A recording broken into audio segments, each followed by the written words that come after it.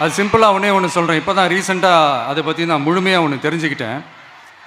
நம்ம மாநிலத்துக்கான மொத்த பட்ஜெட் வந்து 4.39 லட்ச கோடிகள். அதில் 30%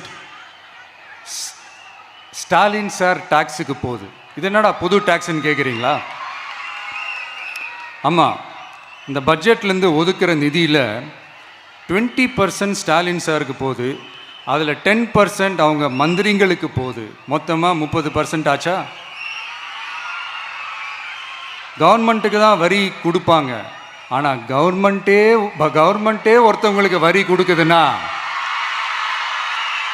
அதுக்கு பேர் ஸ்டாலின் சார் டாக்ஸ் தானே. இதை விட நாகரிகமாக நீங்கள் அடிக்கிற கொள்ளையும் நீங்கள் அடிக்கிற ஊழலையும் சொல்ல முடியாது.